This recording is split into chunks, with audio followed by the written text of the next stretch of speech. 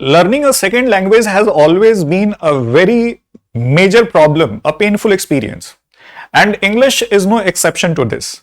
Hello everyone, this is Anil Kumar and I welcome you all to Path IAS Academy, a major organization preparing students successfully for civil services examination.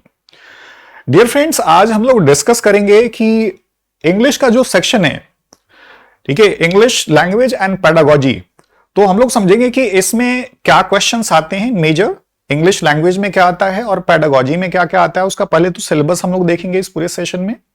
Second चीज हम लोग देखेंगे कि क्या कैसे questions आते हैं, what type of questions are asked, language में कैसे आते हैं, पेडागोजी में कैसे आते हैं। और तीसरी जो मेजर चीज हम लोग डिस्कस करेंगे कि आखिर अप्रोच क्या रहेगा हम लोगों का। ठीक है, मैं ये बताऊंगा बिल्कुल किस तरीके से हम लोग लेके चलेंगे, पेडागोजी को कैसे कवर करेंगे और लैंग्वेज को कैसे लेके चलेंगे। क्योंकि अभी आजकल जो सिचुएशन चल रही है, अधिकांश लोग क्या कर रहे हैं कि एक तो इंग्लिश को लेकर के काफी फियर साइकोसिस डेवलप की जा रही है, तो एक एस्पेक्ट तो ये है। सेकंड चीज ये हो रहा है कि लोग जो है ना इसको कुछ फटाफट क्वेश्चंस डिस्कस करके वो ऐसे प्रेजेंट कर रहे हैं कि बड़ा ही लाइट है, इसको आसानी से किया जा सकता है। तो ये दोनों चीजें ठीक नहीं है, हमें बहुत ही सीरियसली नहीं लेना है, ओवर सीरियस नहीं हो जाना है इंग्लिश लैंग्वेज को लेकर के, और बहुत ही लाइटली नहीं लेना है। We are suppose to adopt a middle path, we have to be sincere, we don't need to feel stressed out, right. So इस पूरे सेशन में हम लोग डिस्कस करेंगे कि अप्रोच क्या रहेगा, सिलेबस क्या होगा और किस तरह के क्वेश्चंस आपको आते हैं, सो दैट आपको आइडिया आज हो जाए। ठीक है, और फिर उसको आगे हम लोग डिस्कस करेंगे। सो चलिए स्टार्ट करते हैं। अब देखिए, अगर आप जो है दो तरह से क्वेश्चंस, अभी तो मालूम है कि भाई ये जो नोटिफिकेशन आई है उसमें अराउंड 33,000 के वैकेंसीज जो है ये मानी जा रही हैं कि आएंगी। ठीक है, ये जो सेशन है जो हम लोग लॉन्च करने जा रहे हैं, पाथ आईएएस लॉन्च करने जा रहा है, इसमें दोनों चीजों की तैयारी आप कर सकते हैं। जैसे अगर छत्तीसगढ़ टेट की अगर आप एग्जाम की तैयारी कर रहे हैं तो उसमें भी ये सेशन हेल्प करेंगे, जो आने वाले हैं आज और उसके बाद आने वाले हैं। ठीक है, अब क्योंकि हम लोग यहां पे कोचिंग भी स्टार्ट कर रहे हैं, उसके लिए स्पेशली फोकस करके बैचेस हैं। तो एक तो छत्तीसगढ़ टेट में ही आपको काम आएंगी चीजें।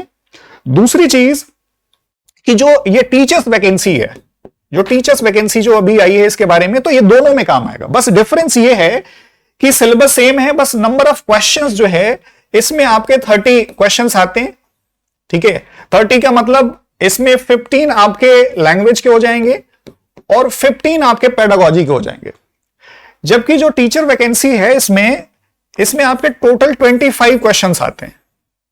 अब 25 में आपके 15 क्वेश्चंस नेचुरली लैंग्वेज के हो जाएंगे और जो 10 क्वेश्चंस है आपके जो है वो पेडागोजी के हो जाएंगे।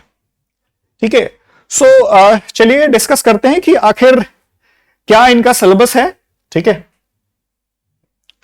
नाउ इसमें जो एक इंपॉर्टेंट एस्पेक्ट है वो है कॉम्प्रिहेंशन का। देखिए, कॉम्प्रिहेंशन को लेकर के हम लोगों का बड़ा स्टैंडर्ड तरीका है, हम लोग सोचते हैं कि आखिर कॉम्प्रिहेंशन होता क्या।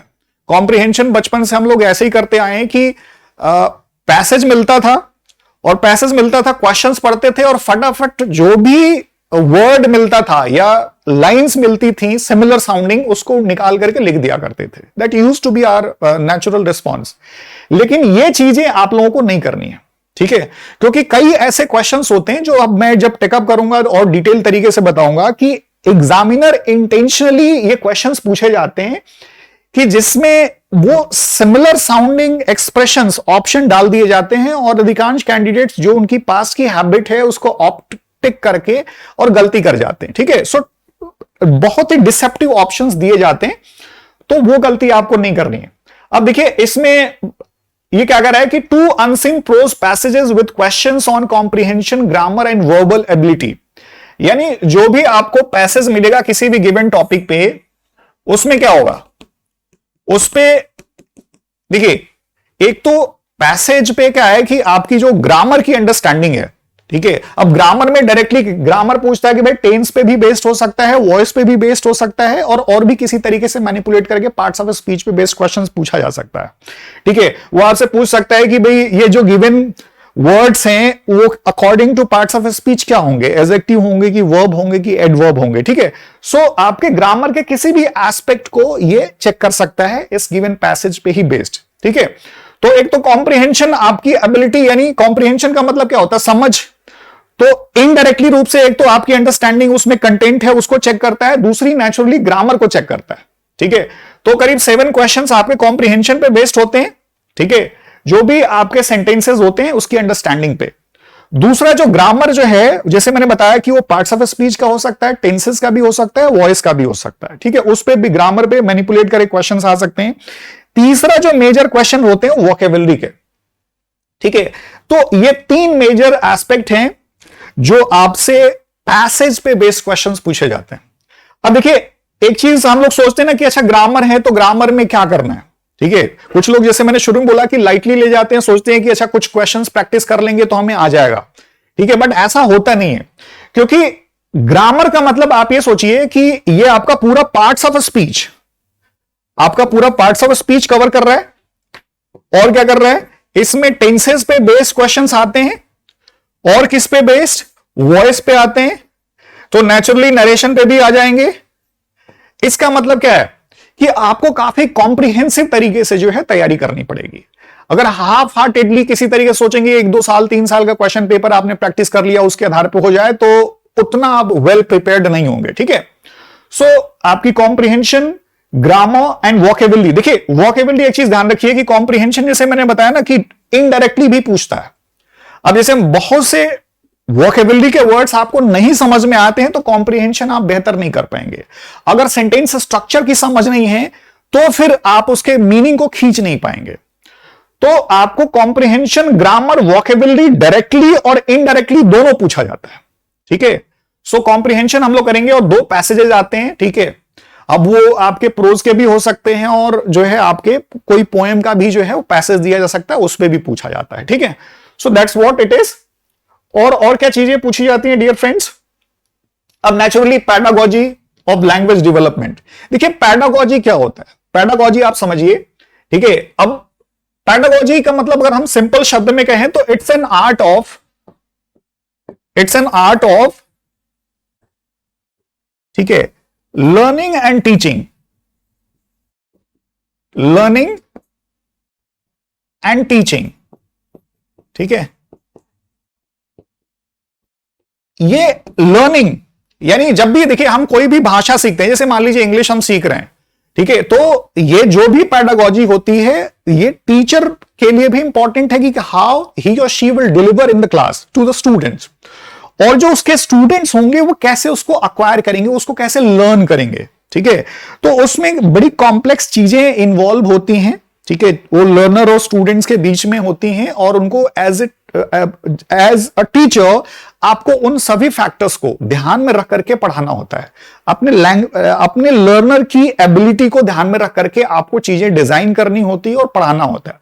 तो पहले जो बड़ा ट्रेडिशनल तरीका होता था कि टीचर आते थे और क्या करते थे, उसको मोनोलॉग जिसको हम लोग बोलते हैं, ठीक है, मोनोलॉग मतलब 1 साइडेड टॉक होती थी। टीचर आता था, लेक्चर देकर चला जाता था, student had no option but to listen passively and learn it, ठीक है। अब ऐसा नहीं है, अब ये जो मोनोलॉग की प्रैक्टिस है ना, 1 साइडेड टॉक, वो बिल्कुल नहीं है, ठीक है। अब क्या, कौन सी प्रैक्टिस अपनाई जाती है, इंटरैक्टिव, जिसको हम लोग बोलते हैं डायलॉग, ठीक है, डायलॉग मेथड अपनाया जाता है, यानी इंटरैक्टिव सेशंस होते हैं। टीचर पढ़ाएगा, स्टूडेंट उसको उसमें एक्टिवली पार्टिसिपेट करेगा, will not be a passive receiver, वो बिल्कुल पैसिव, सुस्त नहीं, पैसिव रिसीवर नहीं रहेगा, ठीक है। तो इसीलिए जो है ना ये पैडागोजी जो है लाई गई है कि कैसे लैंग्वेज को या कोई भी लर्निंग प्रोसेस को इंटरेस्टिंग बनाया जाए, कैसे इंटरैक्टिव बनाया जाए, जिससे कि जो लर्निंग की जो स्पीड है, जो उसका जो लेवल है वो काफी इंक्रीज हो जाए, ठीक है। तो ये सब चीजें जो है, इसकी तमाम थियरीज हैं, उसको हम लोग डिटेल तरीके से डिस्कस करेंगे। अभी क्या कर रहा है कि प्रिंसिपल्स ऑफ लैंग्वेज टीचिंग, अब देखिए इसमें learning and acquisition, role of listening and speaking, function of language, how children use it as a tool, ये सब चीजें जो है हम लोग कॉम्प्रिहेंसिवली डिस्कस करेंगे क्लास में। फिर बोल रहा है क्रिटिकल पर्सपेक्टिव, पर्सपेक्टिव का मतलब पॉइंट ऑफ व्यू, दृष्टिकोण, on the role of grammar in learning language for communicating ideas verbally and written form, ठीक है, कैसे वर्बली और रिटन फॉर्म में आप कम्युनिकेट करेंगे, इन सब चीजों के बारे में जो है डिस्कस करेगा। Challenges of teaching language in a diverse classroom, diverse classroom का मतलब डिफरेंट जो बैकग्राउंड से स्टूडेंट्स आते हैं उनको कैसे आप पढ़ाएंगे, ठीक है, क्योंकि स्टूडेंट्स आपके हर बैकग्राउंड से आते हैं, ठीक है, सो उनको कैसे आप जो है डिलीवर करेंगे लेसन, ये सब चीजें डिटेल में थियरीज हैं, उसको हम लोग डिस्कस करेंगे यहाँ पे। लैंग्वेज की डिफिकल्टीज क्या होती हैं, एरर्स क्या होती हैं, डिसऑर्डर्स क्या होती हैं, सब हम लोग जो है डिस्कस करेंगे, ठीक है। लैंग्वेज स्किल्स जैसे रीडिंग, स्पीकिंग, लिसनिंग, ठीक है, सो ये जो लैंग्वेज स्किल्स हैं उसको भी हम लोग इसको डिस्कस करेंगे कि क्या इंपॉर्टेंट थियरीज हैं जो अप्लाई होती हैं और इन पे कैसे बेस्ड क्वेश्चंस आते हैं, ठीक है। Evaluating language comprehension and proficiency, speaking, listening, reading and writing, ये सब जो है क्या है, लैंग्वेज स्किल्स हैं, ठीक है। सो ये अब ये क्या कर रहा है कि टीचिंग लर्निंग मटेरियल्स क्या है, जब भी हम कोई चीज सीखते हैं तो उसमें मटेरियल्स का बड़ा इंपॉर्टेंट रोल होता है, ठीक है। उसका क्या तरीका आप अपनाते हैं, टेक्स्ट बुक अपनाते हैं, ठीक है, आप पीपीटी का इस्तेमाल करते हैं, वीडियो का इस्तेमाल करते हैं, ठीक है, सो रिकॉर्डेड लेक्चर का इस्तेमाल करते हैं, तो ये सब चीजें जो है ना हम लोग कॉम्प्रिहेंसिवली डिस्कस करेंगे और इस पे बेस्ड कैसे एग्जाम में क्वेश्चंस आते हैं उसको रिलेट करेंगे। क्योंकि एक होता है ना कि आपने पैसिवली पढ़ लिया और उसका रिलेशन नहीं है एग्जाम में, तो वो फिर जो है ना उसका कोई मतलब नहीं होता।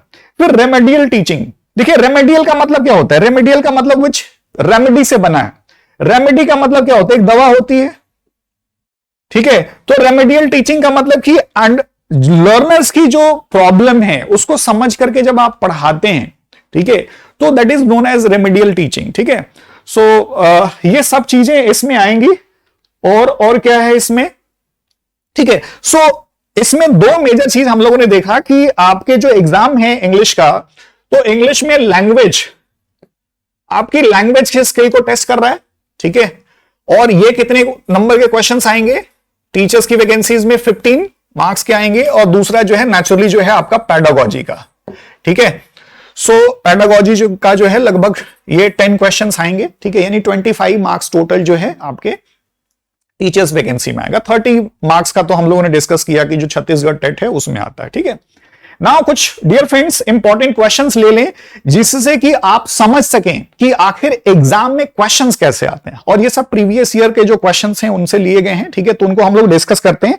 क्योंकि देखिए एक चीज समझिए कि ये हम लोगों का पूरा थीम भी है यहां पे कि जो भी हम लोग की यहां पे टीचिंग होती है, जो भी यहां पे टीचिंग होगी वो एग्जामिनेशन ओरिएंटेड होगी, एग्जाम ओरिएंटेड होगी।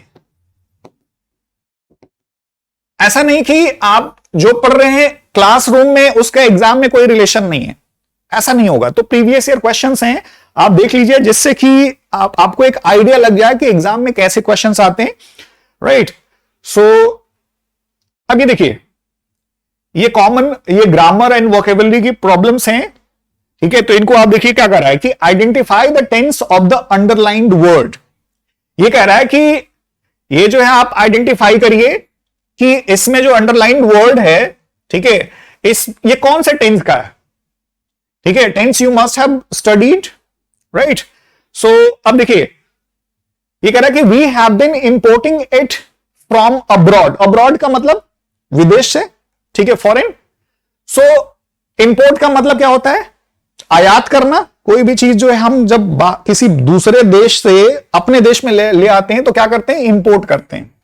अब देखिए एक चीज ध्यान रखिए, अब ये क्या कह रहा है कि प्रेजेंट कंटिन्यूअस टेंस। अब देखिए प्रेजेंट कंटिन्यूअस क्या होता है, इज एम आर, उसमें हेल्पिंग वर्ब क्या होती है, इज एम आर होती है, ठीक है। अब ये क्या है, वी हैव बीन, तो हैव बीन तो नेचुरली क्या होगा, ये आपका प्रेजेंट कंटिन्यूअस टेंस, ये बोल रहा है गलत हो जाएगा। दूसरा बोल रहा है present perfect tense, present perfect tense में क्या होता है, परफेक्ट का मतलब क्या होता है, कंप्लीट, उसमें क्या यूज होता है, हैज और हैव यूज होता है, ठीक है। तो हैज और हैव, इसमें क्या है आपका, ये बोल रहा है कि हैव बीन, ठीक है, हैव बीन का इस्तेमाल हो रहा है, तो यानी प्रेजेंट परफेक्ट टेंस भी नहीं होगा। अब ये बोल रहा है प्रेजेंट इंडेफिनिट टेंस। देखिए अगर आपको पूरे टेंसेस, इसका मतलब क्या है, ये क्या कहना चाह रहा है कि अगर पूरे टेंसेस के सेंटेंस स्ट्रक्चर की जानकारी आपको नहीं है तो you will not be able to answer the questions correctly. ठीक है, और ये ऐसे क्वेश्चंस होते हैं कि अगर आपको स्ट्रक्चरली सबकी जानकारी है तो आपके लिए मच इजियर हो जाते हैं। ठीक है, तो जो लोग स्टूडेंट्स ये सोचते हैं कि नहीं हमें तो बस कुछ क्वेश्चंस का प्रैक्टिस कर लेना उतने में आ जाएगा, तो नहीं, आपको कॉम्प्रिहेंसिवली पूरा, जैसे मैंने शुरू में बताया कि पार्ट्स ऑफ स्पीच को कवर करना पड़ेगा, पूरे टेंसेस को करना पड़ेगा, वॉइस को करना पड़ेगा, नरेशन को करना पड़ेगा, वोकेबुलरी और अदर पेडागोजी वाला पार्ट तो हम लोग करेंगे ही। ठीक है, सो देखिए, तो प्रेजेंट परफेक्ट टेंस ये नहीं हो पाएगा। फिर क्या बोल रहा है, present indefinite tense. Present indefinite, present indefinite में हेल्पिंग वर्ब क्या होती है, डू या डज होती है, तो डू डज तो यहां पे है नहीं। ठीक है, वी इंपोर्ट लिखता है तो सोचा जा सकता है, लेकिन यहां पे हैव बीन यूज कर रहा है तो यानी ये भी नहीं होगा। ठीक है, तो ये क्या होगा, present perfect continuous tense. Present यानी अभी प्रेजेंट में चल रहा है, परफेक्ट यानी जो कंप्लीट हो चुका है, कंटिन्यूअस मतलब लगातार चल रहा है। ठीक है, यानी कोई भी एक्टिविटी कुछ समय से पहले से चली आ रही है उसको हम किस में रखते हैं, प्रेजेंट परफेक्ट कंटिन्यूअस टेंस में रखते हैं, अगर वो प्रेजेंट में है तो। ठीक है, सो उसमें क्या यूज होता है, उसमें हैज और हैव बीन यूज होता है। ठीक है, तो हैज बीन और हैव बीन इस्तेमाल होता है। अब हैज बीन और हैव बीन इस्तेमाल होता है तो नेचुरली यहां पे यही हुआ है। अब ये हुआ है तो इसका सही आंसर क्या होगा आपका, वो डी होगा। तो इस तरीके से आपको जो है ध्यान में रखना है। ठीक है, चलिए और नेक्स्ट क्वेश्चन देखते हैं इसका। ये क्या कर रहा है कि mountaineering can be dangerous. Mountaineering आप समझ रहे हैं, जो माउंटेन से बना है। माउंटेन का मतलब क्या होता है, पहाड़।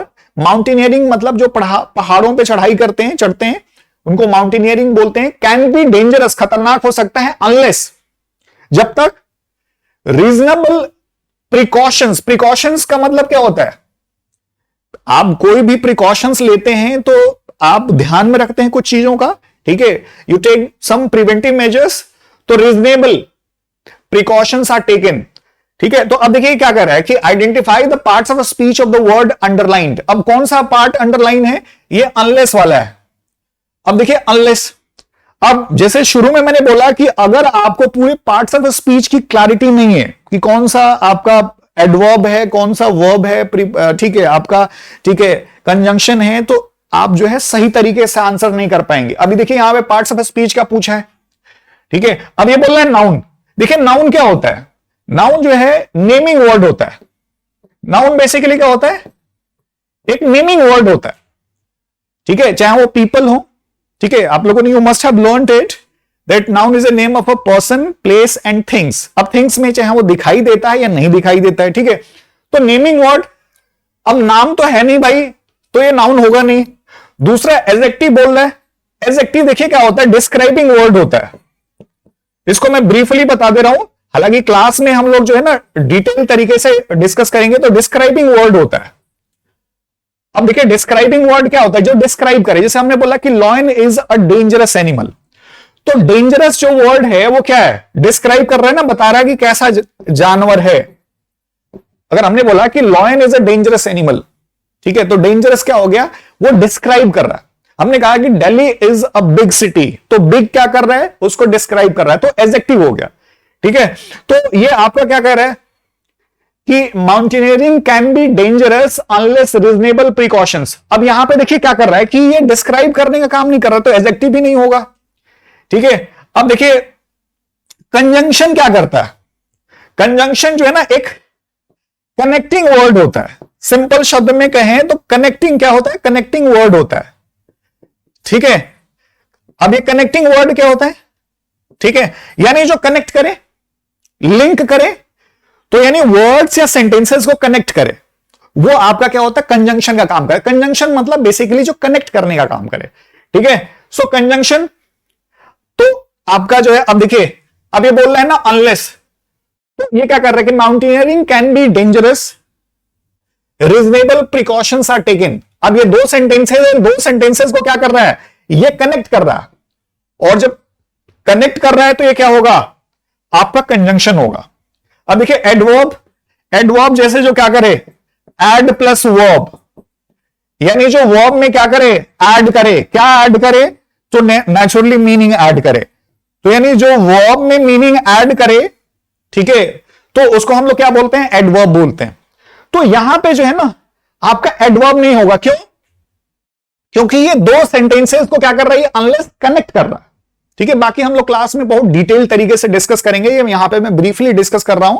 ठीक है, सो हम लोग देखेंगे क्या कि ये डी भी आपका नहीं होगा, क्या होगा, सी ऑप्शन होगा। ठीक है, और ये सभी क्वेश्चंस पूछे गए हैं प्रीवियसली। ठीक है, पूछे गए हैं ना।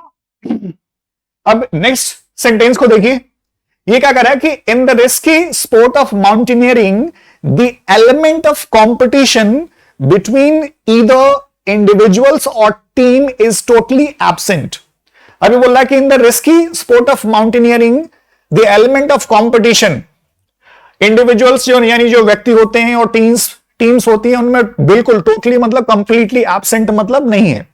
ठीक है, अब देखिए ये बोल रहे हैं रिस्की। अब जैसे शुरू में अभी मैंने बताया कि देखिए यही पूछ रहा है ना कि identify the parts of a speech of underlined word. ठीक है, ये जो अंडरलाइंड वर्ड है ये पार्ट्स ऑफ अ स्पीच के अकॉर्डिंग क्या होगा। अब इसमें ऑप्शन दिया है वर्ब। देखिए वर्ब बेसिकली क्या होता है, ये एक्शन दिखाता है, एक्शन।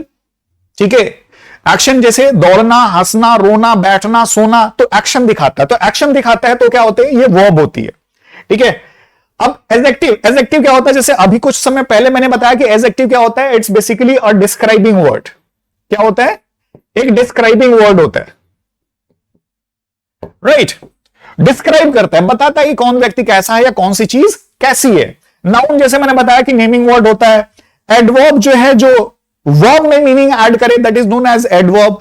तो यहां पे क्या बोल रहा है, स्पोर्ट क्या है, स्पोर्ट नाउन है। ठीक है, तो ये बोल रहा है कि in the risky sport, sport noun कैसे है, नेमिंग वर्ड है। ठीक है, तो रिस्की, अब रिस्की क्या कर रहा है कि ये इसको डिस्क्राइब कर रहा है कि कौन सा स्पोर्ट है, रिस्की है। तो जब डिस्क्राइब कर रहा है तो नेचुरली आपका क्या होगा, ये बी ऑप्शन होगा। ठीक है, सो इस तरीके से आपको जो है समझ के चलना है, लेकिन आप तभी कर पाएंगे जब आपको पूरी कॉन्सेप्चुअल क्लैरिटी होगी। देखिए unless you have conceptual clarity, understanding about the things, you won't be able to attempt the questions correctly, right? अब देखिए क्या ये नेक्स्ट क्या क्वेश्चन बोल रहा है कि mountaineering is now looked upon as the king of sports. Looked upon means, देखिए एक चीज ध्यान रखिए कि एक होता है लुक अपॉन जो अभी पूछा है, ठीक है, और एक होता है look down, look down upon. ये दो अलग हैं, दो अलग एक्सप्रेशंस हैं, इसमें बिल्कुल मत कंफ्यूज होइए क्योंकि बहुत ही फ्रीक्वेंटली आस्क्ड क्वेश्चंस हैं। When you look down upon someone, you hate that person, you hate, you dislike someone, right. जैसे we should not look down upon someone, anyone. ठीक है, हमें दूसरे को घृणा की नजर से नहीं देखना चाहिए। ठीक है, सो लुक अपॉन। अब लुक अपॉन देखिए तो इसमें क्या कह रहा है, इग्नोर्ड। इग्नोर का मतलब नजरअंदाज करना। तो देखिए mountaineering is now looked upon as the king of sports, मतलब मानी जाती है ना कि ये किंग ऑफ स्पोर्ट्स है, जितनी भी स्पोर्ट्स हैं उसका ये किंग है, राजा है। ठीक है, तो इग्नोर का मतलब क्या होता है, नजरअंदाज करना। तो यहां पे आपको सेंटेंस में ध्यान में रखना है कि इसका कोई सेंस नहीं बन रहा है। दूसरा देखिए डिसरिगार्ड बोल रहा है, डिस का मतलब नॉट और रिगार्ड मतलब मानना, तो डिसरिगार्ड। ठीक है, तो डिसरिगार्डेड मतलब नेग्लेक्टेड यानी नॉट रिस्पेक्टेड, तो ये भी ऑप्शन नहीं होगा क्योंकि यहां पे डिसरिगार्ड का कोई सेंस नहीं है। डिटेस्ट, डिटेस्ट का मतलब होता है डिसलाइक। ये सब क्या है, ये देखिए नेगेटिव वर्ड्स हैं। समटाइम्स एक चीज ध्यान रखिए कि अगर आपको ये ना समझ में आए कि आखिर इसका मतलब क्या है, ठीक है, जैसे ये सेंटेंस है तो आप उसके सेंटेंस के सेंस के आधार पे आप उसको लगाना है। ठीक है, क्या मतलब हो सकता है, तो यहां पे पॉजिटिव वर्ड ही हो सकता है क्योंकि नेगेटिव वर्ड होने का कोई सवाल नहीं होता। किंग ऑफ स्पोर्ट्स, तो नेचुरली यहां पे पॉजिटिव वर्ड से, तो डिटेस्ट भी क्या है, नेगेटिव वर्ड है, तो यहां पे क्या होगा, कंसीडर्ड होगा। कंसीडर्ड मतलब मानना। ठीक है, सो ये क्या होगा कि mountaineering is now looked upon as the king of sports, यानी माउंटेनियरिंग इज नाउ कंसीडर्ड, इसको रिप्लेस किया जा सकता है, तो माना जाता है। ठीक है, नाउ आगे बढ़ते हैं, नेक्स्ट क्वेश्चंस को लेते हैं। अब देखिए डियर फ्रेंड्स, आपकी ग्रामर के अलावा वोकेबलरी भी एक्सटेंसिवली पूछी जाती है इस एग्जाम में। अब देखिए ये जो क्वेश्चन है प्रीवियसली एक बार पूछा गया है, तो इसको देखिए क्या करेंगे, synonym of, right, inevitably. Inevitably का मतलब क्या होता है, right, something which is going to happen, which is bound to happen, जो होने वाली हो, ठीक है। सो अब ये क्या बोल रहा है कि नेसेसरली, नेसेसरली का मतलब नेसेसरी से बना है, नेसेसरी का मतलब क्या होता है, जरूरत है तो जरूरी है, नेसेसरली। अब देखिए अनसर्टेन, अनसर्टेन का मतलब बेसिकली क्या है, अनसर्टेन का मतलब विच इज नॉट, अन का मतलब होता है नॉट, और सर्टेन का मतलब होता है फिक्स्ड, यानी जो फिक्स्ड न हो, विच इज नॉट फिक्स्ड। तो देखिए अनफिक्स्ड का तो कोई मतलब, नॉट फिक्स्ड का तो कोई सेंस ही नहीं है, अनसर्टेन का कोई सेंस नहीं है। अनलाइकली, देखिए लाइकली का मतलब पॉसिबल, और अन का मतलब क्या होता है, नॉट, ठीक है। तो अनलाइकली यानी नो होने वाला, तो इसका भी कोई सेंस यहां पे नहीं है, ठीक है। अब देखिए अवॉइडेबल, अवॉइड का मतलब क्या होता है, बचना, एबल यानी किसी चीज से बचना, तो यहां बचने का भी कोई सेंस नहीं है, ठीक है। अच्छा एक चीज आपको ध्यान में रखना है कि चाहे वो सिनोनिम पूछा जाए या एंटोनिम पूछा जाए, आपको जो भी गिवन ऑप्शंस हैं उसमें देखना है कि उसमें सबसे बेस्ट ऑप्शन क्या हो सकता है, ठीक है। सो यहां पे तीनों तो कट गए, ठीक है। अब इसमें जो है क्या बच गया, ए बच गया, नेसेसरली यानी जो जरूरी है, ठीक है। तो आपका यही ऑप्शन होगा, ठीक है। नाउ डियर फ्रेंड्स, अब आते हैं पैडागोजी पे। जैसे मैंने बताया ना कि पैडागोजी बेसिकली क्या है, it's an art of learning and teaching, ठीक है, कि आप कैसे डिलीवर करते हैं अपने लर्नर की कैपेसिटी को समझ करके, कैसे आप इफेक्टिवली तरीके से उसकी प्रॉब्लम को सॉल्व करते हैं। This is something that we learn through the art of pedagogy, ठीक है। अब देखिए ये क्या कर रहा है कि अब इन क्वेश्चंस को देखेंगे ना तो आपको एक आइडिया लगेगा, ठीक है। अब ये क्या बोल रहा है कि language is a habit, language is a habit. Habit क्या होती है, कोई भी अगर हम काम करते हैं तो उसकी आदत पड़ जाती है, तो इसको आप समझते जाइए कि language is a habit. This means, इसका मतलब होता है क्या, language is acquired through rules. Acquired मतलब प्राप्त किया जाता है, किससे, रूल्स के माध्यम से लैंग्वेज को किया जाता है। चलो ठीक है, लैंग्वेज को हम रूल्स के माध्यम से सीखते हैं, कोई जरूरी नहीं है कि सभी लोग जो है रूल्स के माध्यम से ही सीखते हैं। जैसे हिंदी बहुत से लोग बोलते हैं, लेकिन कोई जरूरी नहीं कि सब लोगों ने ग्रामर पढ़ा हुआ है तभी उन्होंने वो लैंग्वेज सीखी है, ठीक है। सो हमें क्या करना है, इसमें जो जितने भी ऑप्शन है उसमें से सबसे बेस्ट ऑप्शन को सेलेक्ट करना है, एक चीज ध्यान में रखना है। तो बोला कि language is acquired through rules, कोई जरूरी नहीं है कि आप रूल्स के माध्यम से ही कोई लैंग्वेज को सीखें, तो ये आपका सही ऑप्शन नहीं होगा, ठीक है। दूसरा क्या बोल रहा है कि language is acquired through regular use. Language कैसे एक्वायर किया जाता है, थ्रू रेगुलर, ठीक है, यूज। अब देखिए रेगुलर यूज, ये तो बड़ा बैलेंस लग रहा है, क्योंकि हम बार बार कोई भी चीज इस्तेमाल करते हैं, जैसे हिंदी हम सीखते हैं या इंग्लिश सीखते हैं, तो ऐसा थोड़े होता कि एक दिन में कोई भी चीज सीख लेते हैं। अब जैसे इंग्लिश लैंग्वेज है, तो जैसे शुरू में मैंने बोला ना कि learning a second language has always been a painful experience, ठीक है। तो पेन तो होता ही है, नेचुरली दिक्कत होती है, लेकिन आपको कॉन्स्टेंटली प्रैक्टिस करना होता है। अब इसमें बोल रहा है कि language is acquired through regular use. अब रेगुलर यूज यानी बार बार इस्तेमाल करने से, लगातार इस्तेमाल करने से, ये बात तो सही लग रही है, लेकिन एक चीज ध्यान रखिए, कई लोग कॉमन मिस्टेक्स करते हैं स्टूडेंट्स की, उनको पहला ऑप्शन या सेकंड ऑप्शन सबसे बढ़िया लगा, उसी पे टिक मार देते हैं, उनको लगता है कि नहीं ये बिल्कुल यही होगा, बट ऐसा नहीं होता है। Unless you go through all the given options, you should not attempt any option, क्योंकि सभी ऑप्शंस को देख करके उसमें जो सबसे बेस्ट लगे उसी को आपको सेलेक्ट करना है। अब ये तीसरा क्या बोल रहा है कि language learning happens through memorisation. Memorisation क्या होता है, मेमोरी से संबंधित है, आप याद करते हैं, लर्न बाय हार्ट करते हैं, मेमोराइज करते हैं, जैसे नाम को मेमोराइज करते हैं, ठीक है। सो लैंग्वेज लर्निंग जो है हैपेंस थ्रू मेमोराइजेशन, याद करने से। चलो हाँ ये भी एक एलिमेंट है, लेकिन हमें क्या करना है, ठीक है, सबसे बेस्ट चीज को जो है ना हमें सेलेक्ट करनी है। अभी बोल रहा है कि studying a language is the way to acquire it. Studying a language is the way to acquire it, यानी अगर लैंग्वेज को हम स्टडी करते हैं तो वही एक तरीका है, क्या है, वही इज द वे, यानी वही तरीका है क्या करने के लिए, उसको अक्वायर करने के लिए, यानी उसको सीखने के लिए, ठीक है। अब देखिए एक चीज ध्यान रखिए कि ये थोड़ा सा जो है ना, अगर हम ये तीनों ऑप्शन देखें तो studying a language is the वे, हम लैंग्वेज को पढ़ते हैं उसको अक्वायर करने के लिए, बात सही है, गलत नहीं है।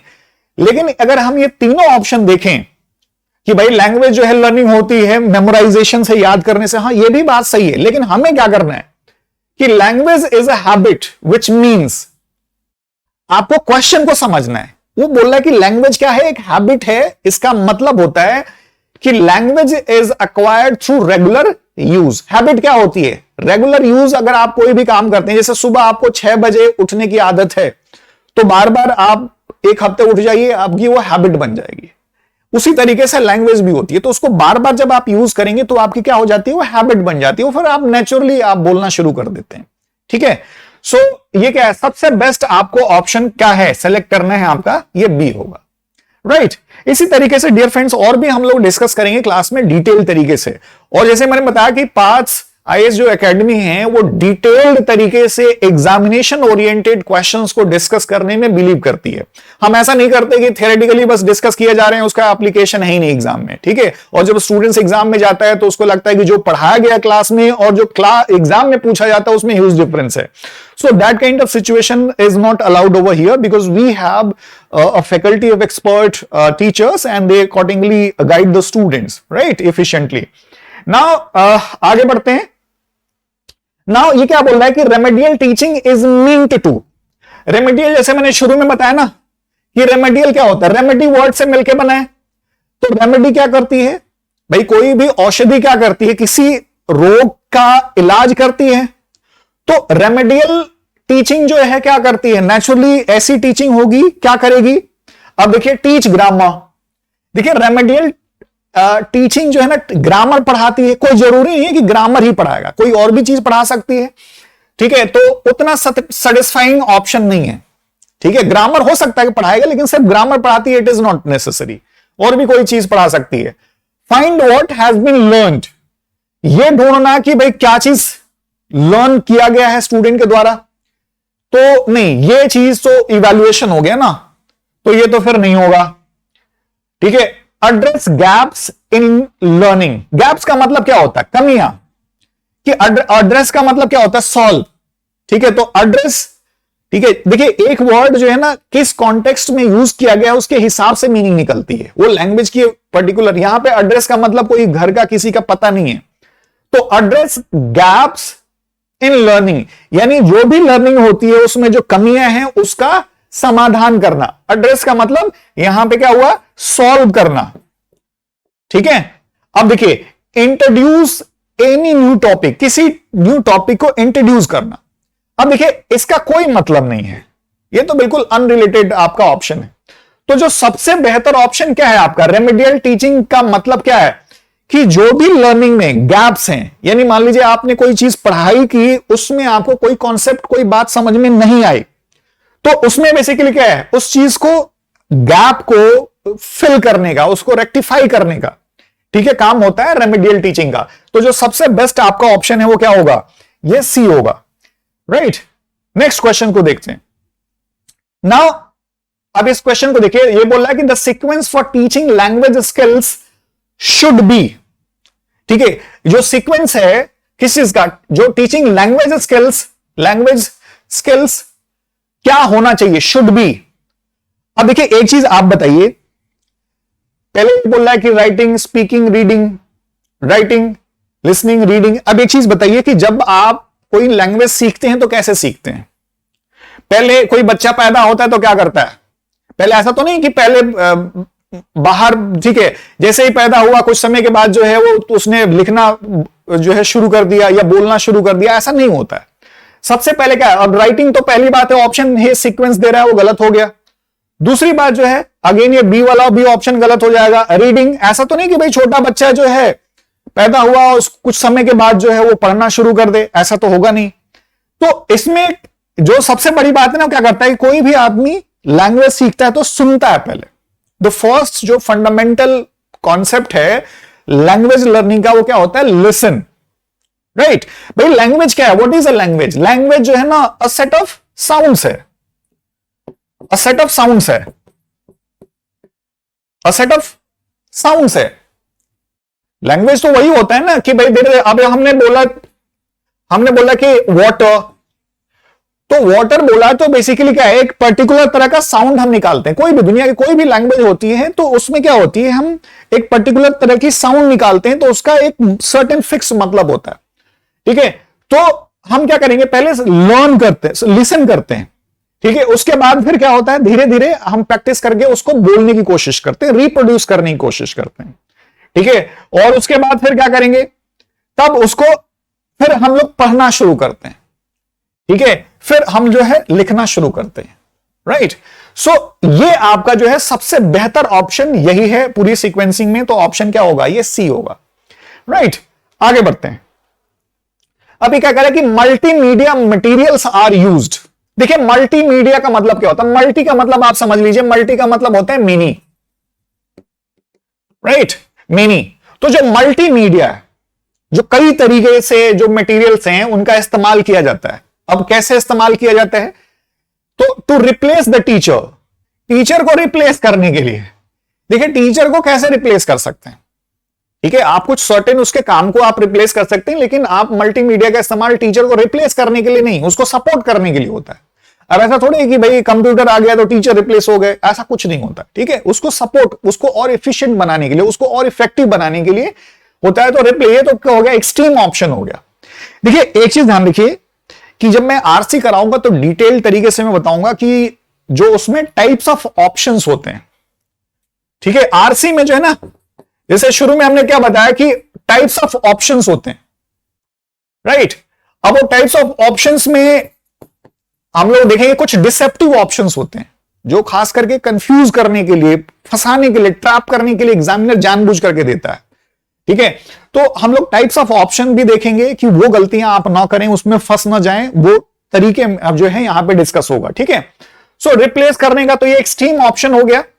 ठीक है, और क्या है, to aid teaching and learning. Aid का मतलब क्या है, to support teaching and learning. ठीक है, अब देखिए ये अब तक का जो है दोनों ऑप्शन में सबसे बेस्ट यही लग रहा है, लेकिन अभी पहले होल्ड रखते हैं। ठीक है, नाउ अभी कह रहा है कि ओनली फॉर टीचिंग। मल्टीमीडिया का काम जो है इस्तेमाल सिर्फ पढ़ाने के लिए नहीं होता।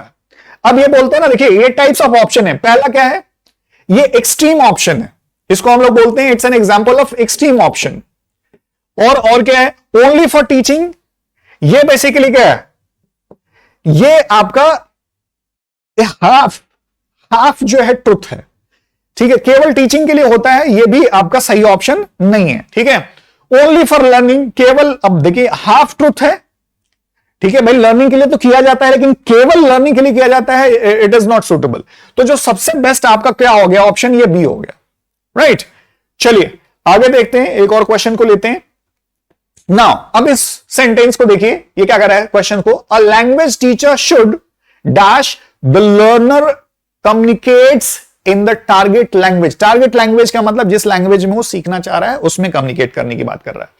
अब क्या कर रहा है कि एक लैंग्वेज टीचर शुड को करना चाहिए, क्या करना चाहिए, नॉट अलाउ एरर्स।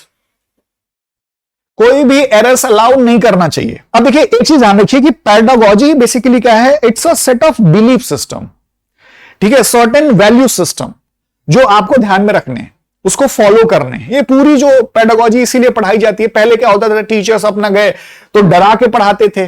अब ऐसा नहीं है, आप अपने लर्नर को डरा के नहीं पढ़ा सकते। ठीक है, आपको उसको पॉजिटिवली एनकरेज करना। तो हम लोग जो है जब क्लास में डिस्कस करेंगे तो डिटेल जो फिलॉसफीज हैं उनको डिस्कस करेंगे क्लास में। ठीक है, सो अभी कह रहा है कि भाई लैंग्वेज टीचर जो है शुड नॉट अलाउ एरर्स, कोई एरर्स ही अलाउ नहीं करना चाहिए। अब देखिए दुनिया में कोई भी इंसान ऐसा नहीं है कि जो गलतियां नहीं करता। ठीक है, या तो वो फिर वो पत्थर ही है, इंसान ही नहीं है। ठीक है, सो ऐसा नहीं है। ठीक है, ये ऑप्शन आपका सही नहीं होगा। तो दूसरा देखते हैं, टॉलरेट एरर्स। टॉलरेट मतलब क्या होता है, बियर, बर्दाश्त करना। तो tolerate errors while the learner communicates in the target language. जैसे मान लीजिए आप इंग्लिश सीखना चाहते हैं। अब आप इंग्लिश सीखना चाहते हैं तो आप ये सोचें कि भाई आपका जो स्टूडेंट है, ठीक है, मान लीजिए आप टीचर हैं इंग्लिश के, तो आपने सोचा कि भाई आपका जो स्टूडेंट है वो कोई गलती ही ना करे। ये पॉसिबल है नहीं, क्योंकि हम सब लोग गलतियां करते हैं।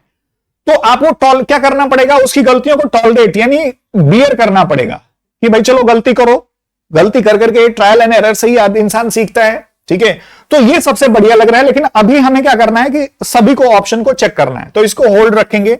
अब ये क्या बोल रहा है कि check every time errors are made, हमेशा हर बार आप एरर को चेक करिए कि वो कहीं गलत तो नहीं बोल रहा है, कहीं गलत तो नहीं बोल रहा है। तो देखिए एक चीज ध्यान देखिए कि अगर आप एज ए टीचर अपने स्टूडेंट को कि हर गलती को आप चेक करेंगे तो उसके अंदर कॉन्फिडेंस बिल्डअप नहीं होगा, ठीक है। तो कॉन्फिडेंस बिल्डअप नहीं होगा तो वो ही और she will always find it difficult to communicate it, ठीक है। सो हर आदमी कोई भी चीज सीखता है तो गलती करता है, तो ये सही तो लग रहा है, लेकिन ये ऑप्शन जो है ना ठीक नहीं है, ठीक है, क्योंकि इससे बेहतर ऑलरेडी हमारे पास ऑप्शन मिल चुका है। अब देखिए नेक्स्ट ऑप्शन देखिए, कहला कि अश्योर, अश्योर मतलब तुम आश्वस्त करना, ठीक है, to give hopes, assure that all errors are removed before the learner communicates in the target language.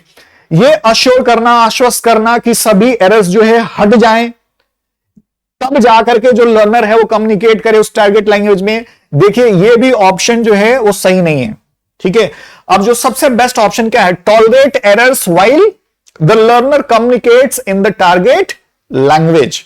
ये सबसे बेस्ट ऑप्शन है कि भाई जब आप एज ए टीचर हैं तो आपका स्टूडेंट कोई गलती करता है तो उसको बर्दाश्त करना चाहिए, ठीक है। अब बर्दाश्त करना चाहिए, आपको गाइड करना है, ऐसा नहीं करना है कि आपको उसकी सभी गलतियों को माफ कर दें, उसको ग्रेजुअली आप उसकी जो मेजर गलतियां हैं उसमें सुधार करना, धीरे धीरे धीरे उसमें इंप्रूव होगा, ठीक है। सो ये आपको ये चीजें पेडागोजी के माध्यम से, ये पूरी साइकोलॉजी है। Pedagogy is a kind of psychology, is an complete science, right? And it teaches how a student or especially a teacher should apply certain rules and principles while working on something, right? To improve the learning of his or her students, right? So ये सब चीजें जो है हम लोगों ने देखा।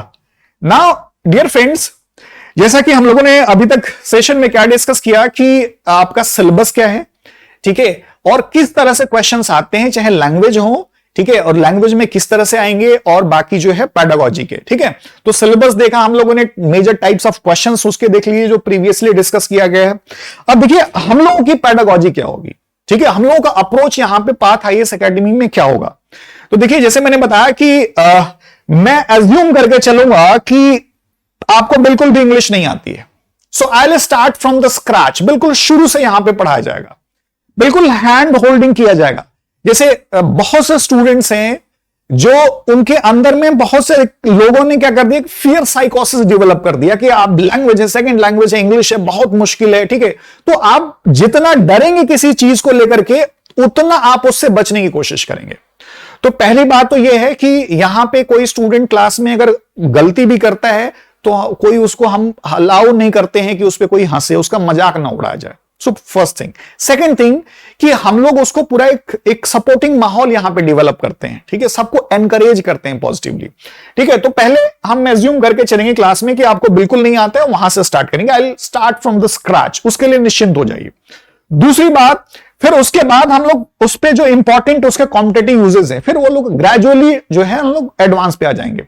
अधिकांश लोग क्या करते हैं कि जो अक्सर करते हैं कि बेसिक्स ही सिर्फ डिस्कस करते रहते हैं, और सिर्फ बेसिक्स ही डिस्कस करेंगे तो आपको हेल्प नहीं मिलेगी। तो बेसिक्स करेंगे और उसके बाद हम लोग तुरंत उसके कॉम्पिटेटिव यूजेस पे आ जाएंगे, ठीक है। कॉम्पिटेटिव यूजेस पे यानी जिस तरह से एग्जाम्स में क्वेश्चंस आते हैं, अब बहुत से लोग क्या करते हैं कि बेसिक्स से डिस्कस करते रहते हैं, कॉम्पिटेटिव यूजेस उसको डिस्कस नहीं करते, ठीक है। सो कॉम्पिटेटिव यूजेस भी हम लोग डिस्कस करेंगे कि उस पे कैसे क्वेश्चंस आते हैं, क्योंकि क्वेश्चंस के मैनिपुलेशंस होते हैं, ठीक है, तो उसको हम लोग समझेंगे। उसके बाद जो है फिर प्रीवियस ईयर के जो क्वेश्चंस हैं, ठीक है, 3 स्टेप्स में हम लोग डिस्कस करेंगे, बेसिक्स, कॉम्पिटेटिव यूजेस, ठीक है, और उसके बाद जो है प्रीवियस ईयर क्वेश्चंस। अधिकांश लोग क्या करते हैं कि तुरंत जो है एडवांस लेवल पे आ जाते हैं, तो एडवांस लेवल पे आ जाते हैं तो जिनका कॉन्सेप्ट बेसिक से क्लियर नहीं है उनको बहुत दिक्कत होती है कॉन्सेप्ट को समझने में। तो यहां पे ऐसा नहीं होगा, we will create a very positive and supporting environment over here and start things from scratch, बिल्कुल शुरू से स्टार्ट करेंगे। फिर उसके जितने भी कॉम्पिटेटिव यूजेस हैं उसको डिस्कस करेंगे, और उसके बाद जो है प्रीवियस ईयर क्वेश्चंस करेंगे, क्योंकि प्रीवियस ईयर क्वेश्चंस अगर आप नहीं करते हैं, थॉरली डिस्कस नहीं करते हैं, तो फिर क्या होगा कि you will not be well prepared, right. So, dear friends, I'm pretty sure you must have found this entire session quite fruitful और बिल्कुल कमर कस के तैयार हो जाइए। और आपको क्या करना है कि बस रेगुलरली क्लास अटेंड करना है और जो भी क्लास में यहां पे पढ़ाया जाएगा उसको सिंसियरली उसका नोट डाउन कराया जाएगा, आपको नोट डाउन करना है। और तीसरी चीज आपको रिवाइज करना है, ठीक है। तो रेगुलर रहना है क्लास में, रिवाइज करना है। तीसरी चीज जो सबसे इंपॉर्टेंट है कि आपको सिंसियर रहना है, ठीक है। और चौथी चीज कि अगर फिर भी कोई डाउट हो, कोई किसी चीज में दिक्कत हो, तो आप इंडिविजुअली मिल करके आप उसको एड्रेस करा लीजिए, ठीक है। आप मिल लीजिए, जो है मैं आप आ जाइए, मैं यहां पे अवेलेबल रहूंगा, और भी टीचर्स हैं अपने एरियाज के, वो आपको पूरा सपोर्ट करेंगे, ठीक है। So that is the philosophy of Path IAS, that we encourage the students. We do not demotivate the students. We do not discourage the students, right? So encourage करेंगे हम लोग, पूरा पॉजिटिवली कोऑपरेट करेंगे, बस आपको सिंसियरली एफर्ट करना है, right? So thank you very much and let's hope to meet in the next sessions too, right? So फटाफट जो यहां का जो एड्रेस है जो शुरू में वीडियो के है, डिस्क्रिप्शन में आपको मिल जाएगा, वहां पे आप लोग फोन करिए, फटाफट रजिस्टर कराइए और जम के तैयारी करिए, ठीक है। सो थैंक यू वेरी मच।